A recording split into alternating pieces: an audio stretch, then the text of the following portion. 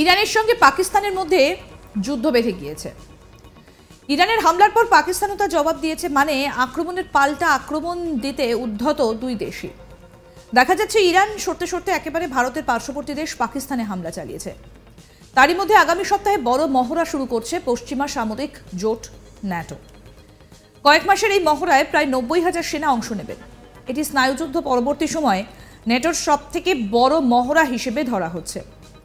সামরিক জোটটির শীর্ষ commander general Chris কাভোলি বৃহস্পতিবার এই কথাই বলেছেন।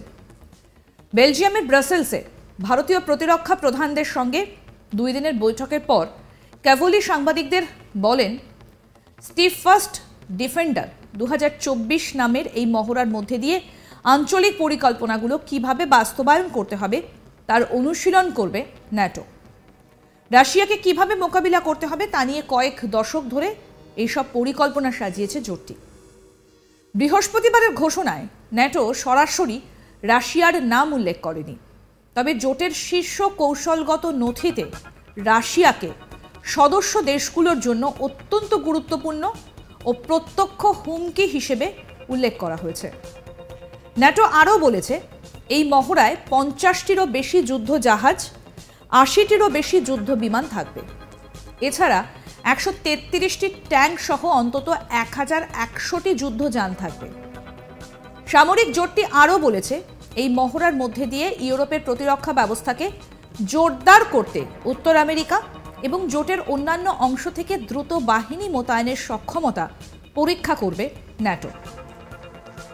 স্টিডফাস্ট ডিফেন্ডার মহড়ার দ্বিতীয় পর্বে ন্যাটো পোল্যান্ডে বিশেষ বাহিনী অর্থাৎ কুইক রিঅ্যাকশন ফোর্স মোতায়েন বিষয়কে গুরুত্ব দেবে।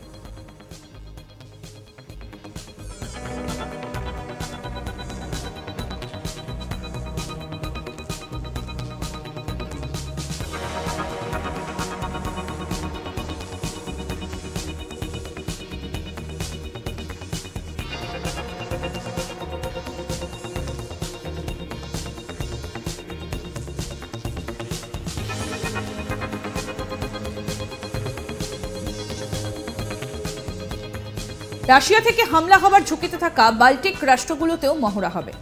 জার্মানিও হবে মহড়ার একটি স্থান। মে মাসের শেষ পর্যন্ত এই মহড়া চলবে বলেই ধারণা করা হচ্ছে।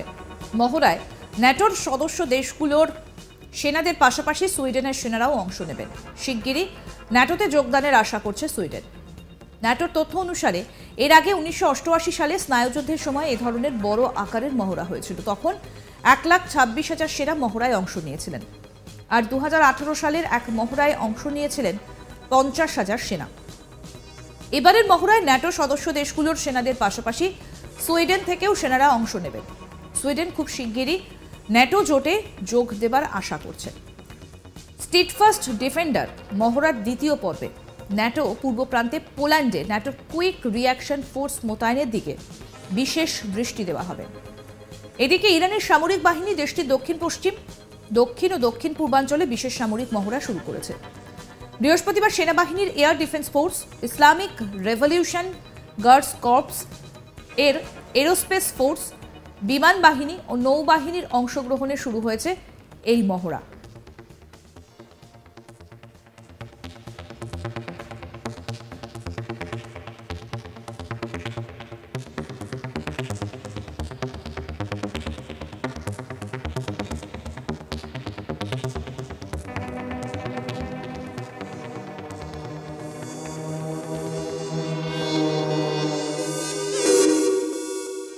ইরানের সঙ্গে পাকিস্তানের মধ্যে এই যে যুদ্ধ বেঁধে গিয়েছে এবং ইরানের হামলার পর পাকিস্তানও কিন্তু তার জবাব দিয়েছে, মানে আক্রমণের পাল্টা আক্রমণ।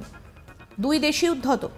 দেখা যাচ্ছে ইরান সরতে সরতে একেবারে ভারতের পার্শ্ববর্তী দেশ পাকিস্তানে হামলা চালিয়েছে। তারই মধ্যে আগামী সপ্তাহে বড় মহড়া শুরু করছে পশ্চিমা সামরিক জোট ন্যাটো। কয়েক মাসের এই মহড়ায় প্রায় 90,000 সেনা অংশ নেবে। এটি স্নায়ুযুদ্ধ পরবর্তী সময় নেটোর সবথেকে বড় মহড়া হিসেবে ধরা হচ্ছে। সামরিক জোটটির শীর্ষ কমান্ডার জেনারেল ক্রিস কাভোলি বৃহস্পতিবার এই কথা বলেছেন। বেলজিয়ামের ব্রাসেলসে জাতীয় প্রতিরক্ষা প্রধানদের সঙ্গে 2 দিনের বৈঠকের পর কাভোলি সাংবাদিকদের বলেন, স্টিডফাস্ট ডিফেন্ডার 2024 নামের এই মহড়ার মধ্যে দিয়ে আঞ্চলিক পরিকল্পনাগুলো কিভাবে বাস্তবায়ন করতে হবে তার অনুশীলন করবে ন্যাটো। আরও আপডেট পেতে আজ তাক বাংলার ইউটিউব চ্যানেল সাবস্ক্রাইব করুন, নোটিফিকেশন পেতে বেল বাটন অপশন প্রেস করুন। এই ভিডিও সম্পর্কে আপনাদের মতামত জানান, কমেন্ট করুন, শেয়ার করুন, হোয়াটসঅ্যাপে ফলো করুন আজ তাক বাংলা।